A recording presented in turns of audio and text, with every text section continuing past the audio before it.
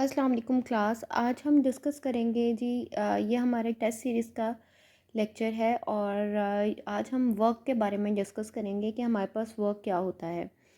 तो अगर हम जब भी हम वर्क के बारे में डिस्कस करते हैं तो हम कहते हैं कि जब भी कोई बॉडी पे फोर्स लगती है, किसी भी बॉडी पे जब भी आप फोर्स लगाते हैं तो वो एक डिस्प्लेसमेंट कवर करती है। मतलब कि when force act on a body and displacement occur. For example आपके पास एक बॉक्स है, या आपके पास एक बॉक्स है और इस बॉक्स के ऊपर आप फोर्स लगाते हैं और वो इस साइड पे डिस्प्लेसमेंट कवर करती है। आप इस साइड पे फोर्स लगाते हैं और वो इस साइड पे डिस्प्लेसमेंट कवर करती है और एक एंगल बनाती है थीटा। ठीक है, तो हम कहते हैं कि वर्क डन हो रहा है। जैसे कि हम कहते हैं कि W is equal to F d cos of theta.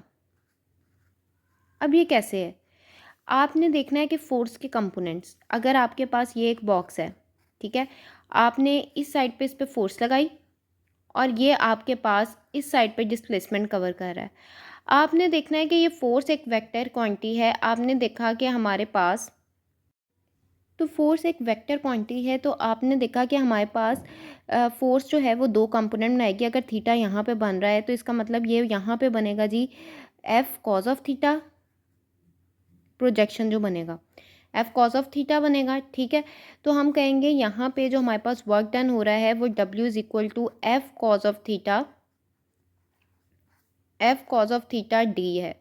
तो ये हमारे पास बन जाता है W is equal to F t cos of theta. अब ये ज़रूरी नहीं है कि आपके पास कॉज ऑफ थीटा ही बनेगा, आप इसको ये भी कह सकते हैं, इधर साइन ऑफ थीटा भी बन सकता है। फॉर एग्जांपल अगर आपके पास जो है वो एंगल कुछ इस तरह से आए कि आपके पास जो थीटा है, फॉर एग्जांपल आपके पास कुछ एंगल इस तरह से आए कि आपके पास ये फोर्स का वेक्टर है और आपके पास अगर एंगल इधर को बनता है तो आप कहते हैं कि हमारे पास जो है वो F W is equal to F sine of theta d होगा, जिसे आप F d sine of theta भी लिख सकते हैं। ठीक है, फॉर सिंप्लिसिटी हमारे पास जो वर्क का फॉर्मूला होता है वो हमारे पास डॉट प्रोडक्ट होता है फोर्स का और डिस्प्लेसमेंट का, जिसे हम एफ डॉट डी कहते हैं। ठीक है, अब हम ये कहते हैं कि वर्क का जो फार्मूला है वो हमारे पास डिपेंड करता है उसके एंगल के ऊपर, कि आया कि एंगल उसका एक्स एक्सिस में बन रहा है, आया कि एंगल उसका इस साइड पे बन रहा है तो आपके पास साइन ऑफ थीटा का प्रोजेक्शन हो जाएगा, अगर इस साइड पे बन रहा है तो आपके पास कॉज ऑफ थीटा का प्रोजेक्शन हो जाएगा। अब हम क्या कहते हैं कि हमारे पास इसके कुछ यूनिट होता है। अब जो यूनिट हैं वो इसके जाउल में, आप यूनिट को आप इसके बहुत सारे यूनिट्स हैं, जैसे कि इसके किलोवाट आवर है, ठीक है, इसकी कैलोरीज हैं, फिर आपके पास जो है वो अर्ज है, ठीक है, आपके पास जाउल है। ठीक है, तो आप ये कहते हैं कि हमारे पास जो हैं वो इसके यूनिट्स हैं, लेकिन हम इसको जो सिंपली हम इसको इन यूनिट्स में लिखते हैं। अब हमारे पास जो इसका सबसे बिग यूनिट है, जो बिगेस्ट यूनिट है, वो हमारे पास KWH है, kilowatt per hour. Kilowatt per hour की वैल्यू जो है वो 3.6 मल्टीप्लाई बाय 10 की रेज टू पावर 6 हमारे पास जाउल होती है। ठीक है, अब हमारे पास वर्क जो है वो उसकी तीन कैटेगरीज हैं। हमारे पास पॉजिटिव वर्क भी होता है, वर्क जो है वो हमारे पास पॉजिटिव भी होता है, वर्क जो है वो हमारे पास नेगेटिव भी होता है, वर्क जो है वो हमारे पास ज़ीरो भी होता है। ठीक है, अगर तो थीटा जो है वो लेस देन 90 हो, लाइक अगर आपके पास थीटा की वैल्यू, ये जो थीटा है ये 90 का एंगल बन रहा है ना इन दोनों में, अगर थीटा जो है वो लेस देन 90 हो तो हमारे पास जो वर्क डन होता है वो पॉजिटिव होता है। अगर थीटा जो है वो ग्रेटर देन 90 हो, तो हमारे पास नेगेटिव वर्क डन होता है, और अगर थीटा जो है वो हमारे पास ज़ीरो हो तो हमारे पास ज़ीरो वर्क डन होता है। अब मैं इसकी कुछ एग्जांपल्स आपको बताती हूँ। सबसे पहले हम पॉजिटिव वर्क डन को देखते हैं।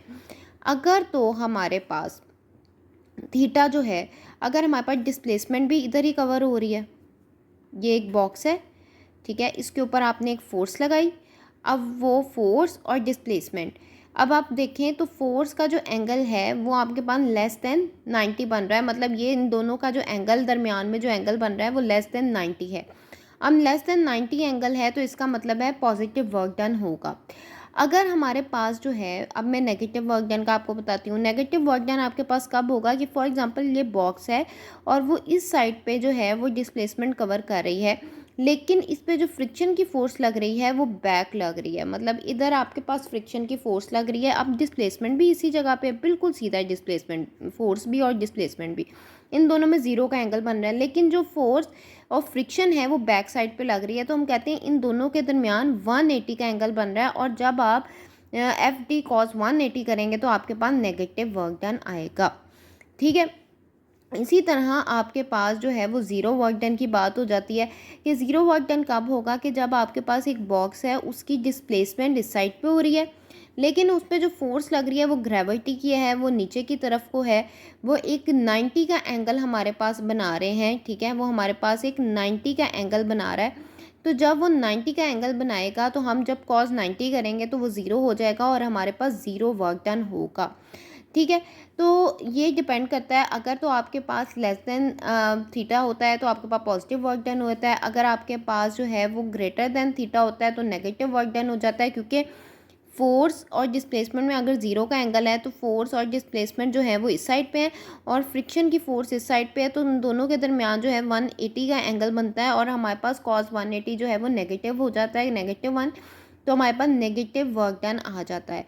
इसी तरह अगर हम ज़ीरो वर्क डन की बात करें तो हम कहते हैं थीटा इज इक्वल टू 90 होना चाहिए। अगर थीटा इज इक्वल टू 90 बन रहा है, जैसे कि इस केस में, मतलब कि अगर हमारे पास ग्रेविटी की फोर्स लगी है और डिस्प्लेसमेंट इस साइड पे हो रहा है, तो हम कहते हैं कि यहाँ पर ज़ीरो वर्क डन जो है वो अकर हो रहा है। तो ये है जी वर्क डन के बारे में। Thank you.